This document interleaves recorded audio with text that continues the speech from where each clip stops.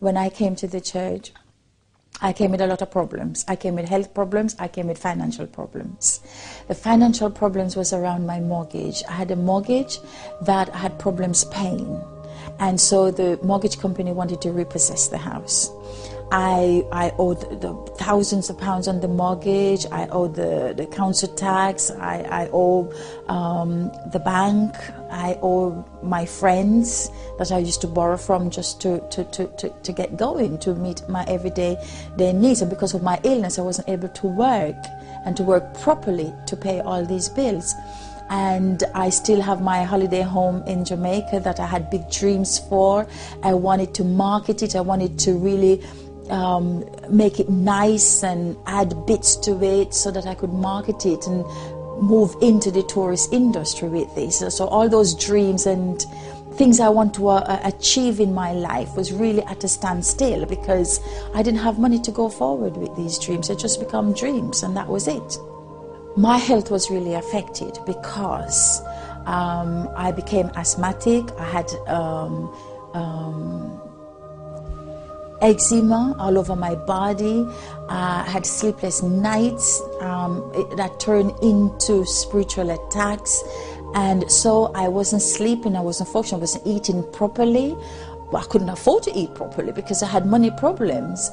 And so at times I went into depression. I would be indoors for weeks. I wouldn't come out but just struggled to come to the church. I was just coming like once a day, and people around me were talking about testimonies and things, and I listened to them. I believed God would do those things in their lives, but I didn't believe He could do in my life. When the campaign of Israel came round, I listened to so many testimonies. I saw the testimony being played on the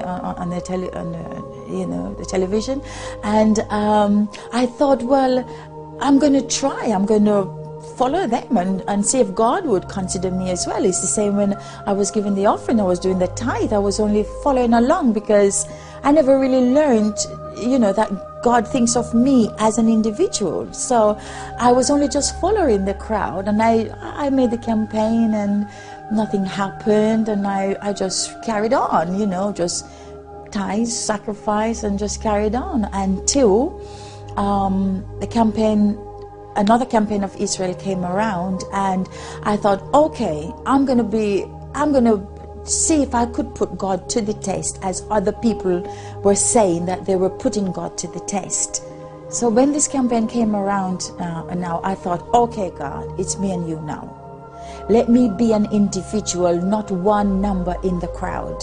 So I thought, God, it's me and you. I'm not going to follow anybody else's example. It's just what I'm going to do. And what I left this country because I had to travel, and I was out of the country. I didn't have money. I had some coins, some sterlings. My brother gave me some US dollars, coins, and I put it in the envelope and I put it on the altar. And I said, okay, God, this is it. This is what I have. I don't have any more.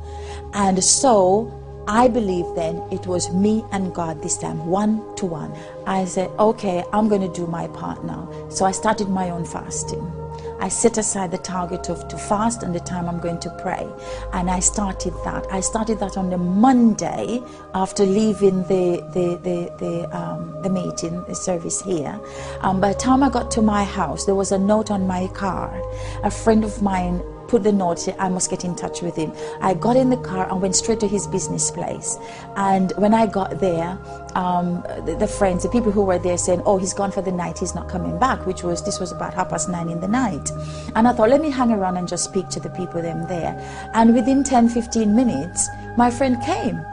And I thought, oh, he said, what are you doing here? I said, I'm looking for you. He said, I'm looking for you too. I said, okay, you go ahead. And he said to me, what about this place that you have there in Jamaica? Is it up for renting? I said, yes. And he said, okay, meet me tomorrow. I met him on the following day, had discussion, and he wrote me this fat check I had never seen in my life. I was so frightened, I kept the check 1 week before putting it in the bank in case it disappears. And this is what God is showing to me, that you are an individual and you can come to me as an individual and you don't need to follow the crowd. So today my holiday home in Jamaica. God has really blessed me.